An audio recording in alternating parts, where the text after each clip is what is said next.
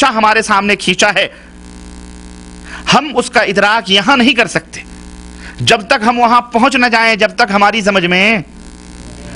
لیکن اگر ہم اپنے رب کے اوپر ایمان لاتے ہیں، یقین کرتے ہیں، رسول کی رسالت پر یقین کرتے ہیں، تو ہمیں ان باتوں پر یقین کرنا پڑے گا. سمجھ آئی کہ نہیں آئی؟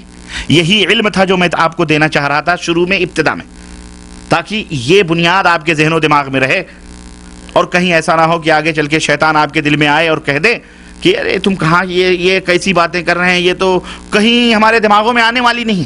ہمارے دماغوں میں کیوں نہیں آنے والی ہیں؟ ہماری مثال بالکل رحم مادر میں پلنے والے اس بچے کی دماغ کی طرح ہے. وما اوتیتم من العلم الا قلیلا، تمہیں تو بڑا تھوڑا علم دیا گیا ہے، چھوٹا علم دیا گیا ہے، تمہیں کیا پتا.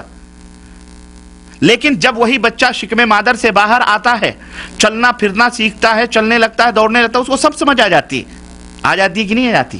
اسے یقین آ جاتا ہے کہ واقعی ٹرین چل سکتی ہے، واقعی فضاؤں میں جہازیں اڑ رہی ہیں، واقعی بڑے بڑے بلڈنگ موجود ہیں، واقعی کروڑوں اربوں لوگ موجود ہیں. یقین آئے کہ نہیں آئے؟ میرے بھائیوں، اسلام بالکل اسی طرح سے آپ کو جنت اور جہنم اور عالم الغیب غیب کی باتوں کے اوپر یقین رکھوانا چاہ رہا ہے کہ تم اسی طرح یقین رکھو. جی تمہارے رب نے یہ بات کہی ہے، یہی تمہارا امتحان ہے، یہی تمہارا اگزام ہے، یہی تمہاری ابتلا اور تمہاری آزمائش ہے کہ اس دنیا میں رب ذوالجلال نے جتنی باتیں کہی ہیں، اس تھوڑے سے علم میں بھلے تمہارے نہ آئیں، بلکہ بھلے نہ آئے، لیکن تمہیں اس کے اوپر یقین کرنا ہے.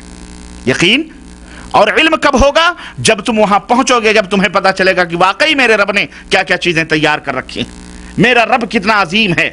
اور اس کے لیے میرا رب کتنا عظیم ہے آپ اسی سمجھنے کے لیے دنیا کے اندر بھی اللہ عز و جل نے بہت ساری آیتیں، بہت ساری نشانیاں رکھی ہیں. یہ سورج کا گولا جو ہمارے سروں کے اوپر چمک اور دمک رہا ہے، اس سورج کے گولے کو دیکھو کہ سائنس آج کہہ رہی ہے کہ یہ سورج اتنا بڑا ہے، اتنا بڑا ہے، اتنا بڑا ہے کہ کئی ہزار ملین دنیا اس کے اندر سما سکتی ہے.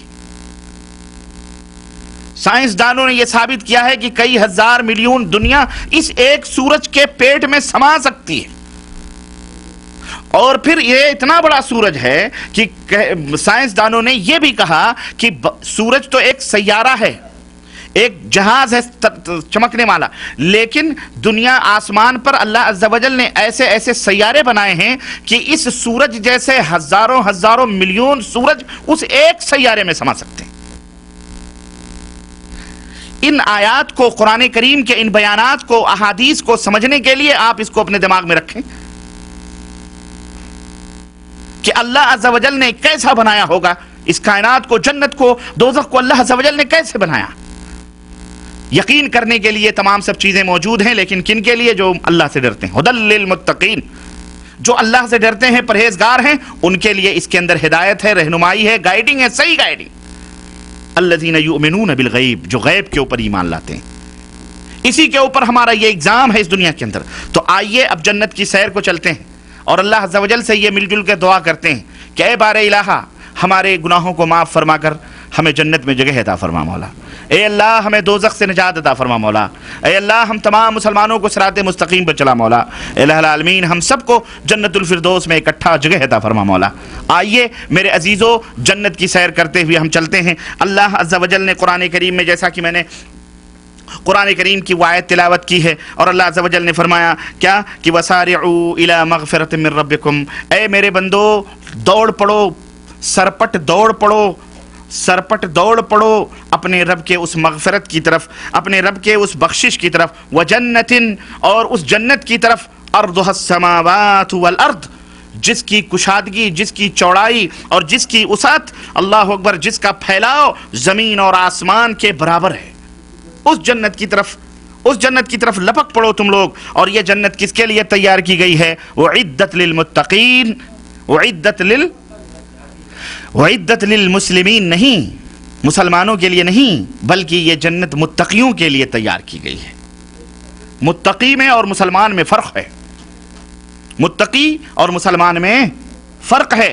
اللہ نے جنت متقیوں کے لیے، صالحین کے لیے، ابرار کے لیے، شہداء کے لیے، صدیقین کے لیے، نبیوں کے لیے رکھی ہے. مسلمانوں کے لیے اللہ تبارک تعالیٰ نے کہیں نہیں فرمایا ہے کہ جنت ان کے لیے.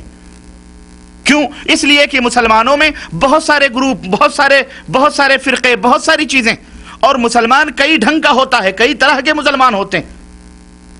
میں نے کل ہی بتایا تھا کہ جناب علی مسلمانوں کے اندر کئی دماغ ہیں، کئی ذہن ہیں. کوئی انسان کو پوج رہا ہے، کوئی مردے کو پوج رہا ہے، کوئی جنات کو پوج رہا ہے، کوئی ٹھٹ پوج رہا ہے، کوئی قبر پوج رہا ہے، کوئی علم پوج رہا ہے، کوئی چھدے پوج رہا ہے، کوئی اللہ کو چھوڑ کر غیر اللہ کو آواز دے رہا ہے، کوئی پتھروں کو نفع نقصان کا مالک سمجھ رہا ہے، کوئی سنگ مرمر کے بنائے ہوئے چبوتروں کو نفع نقصان. مسلمان کئی طرح کے ہیں، اور کفار اور مشرکین کی تو بات ہی نہیں ہے. اس لیے اللہ عز و جل نے آپ الحمد بسم اللہ کے بے سے لے کر الحمدللہ کے الف سے لے کر اور والناس کی سین تک آپ پڑھتے جائیں، کہیں اللہ عز و جل نے نہیں فرمایا کہ مسلمانوں کے لیے جنت. ہر جگہ جنت کا جب تذکرہ آیا ہے اللہ عز و جل نے صالحین، مومنین، صادقین، قانتین، متقین کا تذکرہ فرمایا ہے ان کے لیے. اس لیے میرے بھائیوں متقی بنو. اس لیے کیا بنو؟ متقی بنو، پرہیزگار بنو، پرہیزگار بنو. ٹھیک ہے؟ اللہ عز و جل نے فرمایا یہ تمہارے لیے جنت کو ہم نے متقیوں کے لیے تیار کر رکھا ہے، بنایا ہے. سورہ آل عمران آیت نمبر 133. اور اس میں کوئی شک نہیں کہ ہر بندہ مومن، ہر مسلمان، ہر بندے مومن کو جنت سے محبت ہے کہ نہیں؟ جنت کی خواہش ہے، جنت کی رغبت ہے، جنت کی چاہت ہے. یہی وجہ ہے کہ اللہ عز و جل نے صرف جہنم کا تذکرہ نہیں فرمایا، بلکہ اللہ عز و جل نے اس چاہت کا اور اس تمنا اور اس آرزو کا اور اللہ عز و جل نے اپنے اس انعام کا بھی قرآن کریم میں کھول کھول کر کے تذکرہ فرمایا ہے. اور اسے اللہ کے رسول صلی اللہ علیہ وسلم نے دیکھا ہے، اور جہاں پر نبی کریم صلی اللہ علیہ وسلم کے قدم مبارک پڑے ہیں جنت کی سیر و تفریح اللہ تبارک و تعالیٰ نے اپنے نبی کی کروائی ہے، جہاں رنگ برنگ کی آشائشیں اور جہاں رنگ برنگ کے میوے اور جہاں رنگ برنگ کی چیزیں اور جہاں کشادگی اور جہاں سکون اور اطمینان ہے. انشاءاللہ تبارک و تعالی آج ہم اس کا جو ہے درس لے رہے ہیں، اور آج ہم اس جنت کا مطالعہ کرنے جا رہے ہیں اور پڑھنے جا رہے ہیں. سب سے پہلے جنت کے کتنے دروازے ہیں؟ آپ میں کوئی بتا سکتا ہے جہنم کے کتنے دروازے ہیں؟ جزاک اللہ خیر. جہنم کے کتنے طبقے اور حصے ہیں؟ 7. اور اس کا نام، اس کا سب کچھ میں نے کل بتلا دیا ہے. آج جنت کے کتنے دروازے ہیں؟ 8. ایک دروازہ بڑا ہے. جنت کے کتنے دروازے ہیں؟ 8 دروازے ہیں. اور ایک دروازے کا نام الریان ہے. الریان ہے جسے نبی کریم صلی اللہ علیہ وسلم نے فرمایا کہ یہ دروازہ روزے داروں کے لیے خاص ہے. اس دروازے سے صرف روزے دار لوگ اس دروازے سے داخل ہوں گے. اور ایک اور دروازہ ہے جو نبی کریم صلی اللہ علیہ وسلم کی امت کے ان لوگوں کے لیے مخصوص ہے جو بلا حساب و کتاب جنت میں داخل کیے جائیں گے، جن کا کوئی حساب و کتاب نہیں ہوگا، بلا حساب و کتاب. اللہ تعالی ہمیں انہی لوگوں میں سے بنائے، آمین یا رب العالمین. اور جنت کے دروازے کتنے کشادہ اور کتنے بلند و بالا ہیں.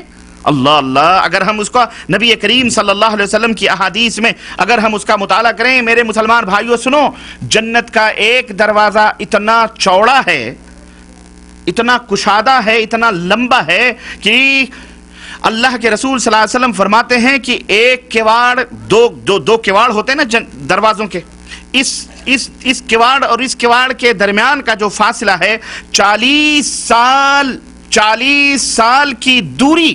40 سال آپ چلتے رہیں.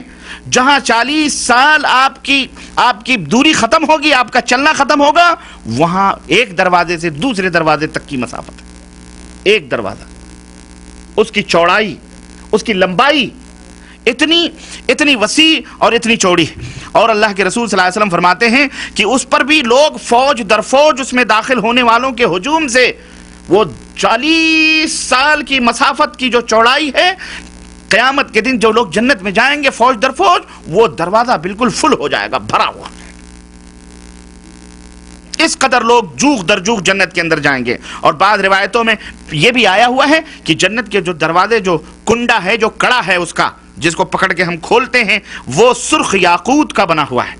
سرخ یاقوت کا، اور سونے کی پلیٹوں میں وہ سرخ یاقوت جڑا ہوا ہے جو جنت کا دروازہ ہے، جیسے نبی کریم صلی اللہ علیہ وسلم نے بیان فرمایا. چنانچہ صحیح مسلم کی روایت، اللہ کے نبی فرماتے ہیں کہ جنت کے دروازوں کے 2 کواڑوں کے درمیان 40 سال کے بقدر وسعت ہوگی.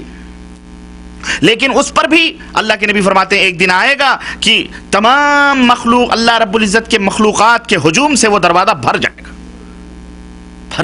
40 سال کی مسافت. ذرا غور کرو. اب یہ بات سمجھ میں آنے والی ہے. ہماری اس چھوٹی سی دماغ میں تو نہیں آئے گی جیسے اس بچے کے دماغ میں جو پیٹ کے اندر بیٹھا ہوا ہے. اگر آپ اس سے کہیں کہ 150 منزلے کی بلڈنگ اس دنیا پہ بنی, اس کی سمجھ میں نہیں آئے گی. یہ کہ 150 منزل, ہم تو یہیں گھوم گھوم کے رہتے ہیں. لیکن جب وہ بچہ باہر آئے گا تو اسے یقین ہوگا. مردانگی اس بچے کی وہ ہے کہ وہ پیٹ ہی میں رہ کے یقین کر لے, ہو سکتا ہے. اسی طرح ہماری مردانگی, ہمارا ایمان یہ ہے کہ اس دنیا میں رہتے ہوئے ہم نے نہیں دیکھا ہے, لیکن ایک دیکھنے والے کا کہا مان لیا ہے, ایک دیکھنے والے نے ہمیں یہ خبر دی ہے, اس لیے ہمارا ایمان اور یقین ہے. یہی ایمان اور یقین ہمیں جنت میں پہنچانے والا ہے انشاءاللہ تبارک و تعالی. چنانچہ اہل جنت سے متعلق نبی کریم صلی اللہ علیہ وسلم نے مزید فرمایا کہ جب اہل جنت, جنتی لوگ جنت کے دروازے پر پہنچیں گے تو دیکھیں گے کہ دروازوں کی کڑیاں جو ہے سرخ یاقوت کی ہیں اور جو سونے کی تختیوں کے اندر جڑی ہوئی ہیں. اور جنت کے دروازے پر کیا ہوگا؟ جب جنت کے دروازے پر پہنچیں گے تو جنت کے دروازے پر ایک بہت بڑا درخت ہے. جنت کے دروازے پر ایک بہت بڑا درخت ہے جس کی جڑ سے 2 نہریں جاری ہیں. ایک نہر جنت میں آنے والوں کے پینے اونے کا انتظام ہے, ایک نہر سے وہ ان کا مشروب ہے, جبکہ دوسری نہر جو اس جڑ سے نکلی ہے وہ جنتیوں کی نظافت اور صفائی اور ستھرائی کے لیے استعمال کے لیے بنائی گئی ہے. پہلی نہر, اس سے جو لوگ سیراب ہوں گے, پانی پئیں گے تو جنتیوں کے چہروں پر راحت اور تازگی اور اطمینان و سکون کی لہر اس کے پانی پینے سے دوڑ جائے گی. اور پھر اس ایک گلاس پانی پینے سے, ایک جام پینے سے وہ کبھی پیاسا نہیں ہوگا.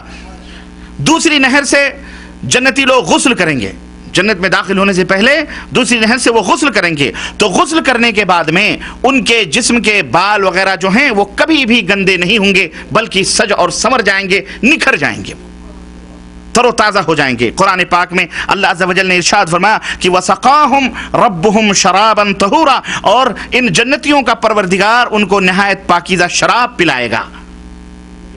اور جنت کے دروازوں پر جیسا کہ نبی کریم صلی اللہ علیہ وسلم نے بھی ارشاد فرمایا کہ جنت کے دروازوں پر ایک درخت ہوگا, اس کی جڑ سے 2 نہریں جاری ہوں گی. پہلی نہر سے سیراب ہونے والے پر راحت و آرام کی تازگی ان کے چہرے سے عیاں ہوگی, اور دوسری نہر کے پانی سے ہاتھ منہ دھونے کے بعد ان کے بال کبھی بھی پراگندہ نہیں ہوں گے.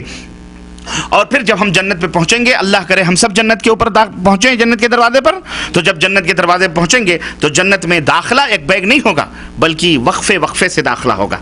اور لگاتار یہ وقفہ لگاتار یہ داخلہ ہوتا رہے گا, اور ہر 2 داخلے کے درمیان ایک طویل فاصلہ ہوگا. یہ نہیں کہ بس لائن لگی ہوگی, سیرے میں لگے ہوں گے اور چل, نہیں, بلکہ ایک جھنڈ ابھی جنت میں داخل ہوا, تھوڑی دیر کے بعد وقفہ ہوگا, پھر تھوڑے طویل مدت کے بعد پھر ایک جھنڈ داخل ہوگا, پھر ایک جھنڈ داخل ہوگا, اسی طرح سے. کیوں؟ یہ بات اللہ کے رسول صلی اللہ علیہ وسلم سے ثابت ہے کہ غریب مسلمان جو ہوں گے, مومنین متقین پرہیزگار جو ہوں گے, وہ امیروں سے 500 سال پہلے جنت میں داخل ہوں گے. اے غریب مسلمانوں, متقیوں, غریب اگر ہو تو پریشان نہ ہو, بشرطے کہ تم متقی بھی بنو. ورنہ ہمارے ہاں تو مسئلہ یہ ہے کہ جو جتنا ہی غریب ہوتا ہے وہ اتنی ہی برائیوں کے اندر ملوث ہوتا ہے. واللہ بدلا رہا ہوں, ہم یہاں نوکری کرتے ہیں غریبی کی وجہ سے کرتے ہیں کہ نہیں کرتے, لیکن ہمارے گھروں کے اندر جو شر اور ہمارے کمروں کے اندر جو فتنے ہیں, اگر آپ سب جانتے ہیں, کہنے کی ضرورت نہیں ہے, آپ سب جانتے ہیں. ہم غریب ضرور ہیں لیکن ہم پرہیزگار نہیں ہیں.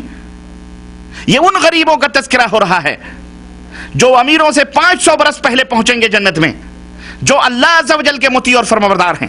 میلے کچلے کمبلوں میں لپٹے ہوئے ہم رہتے ہیں, دک سگریٹ اور بیڑیاں پیتے رہتے ہیں, اذان ہوتی رہتی ہے, لیکن یہ میلے کچلے بسترے, ہم اس سے آزاد ہو کر اللہ کی آواز پہ لبیک نہیں کہتے ہیں. بولو ہے حقیقت کی نہیں؟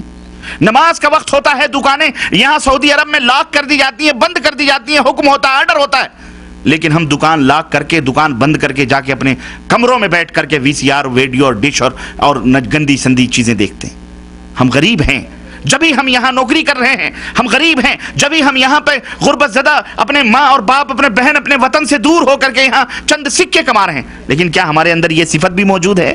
اس لیے مسلمانوں یہ صفت پیدا کرو, یہ صفت پیدا کرو. امیروں سے 500 سال پہلے تم پہنچو گے انشاءاللہ. اور کیوں 500 سال پہلے؟ اس لیے کہ امیروں کا حساب و کتاب دھونے میں دیر ہوگی.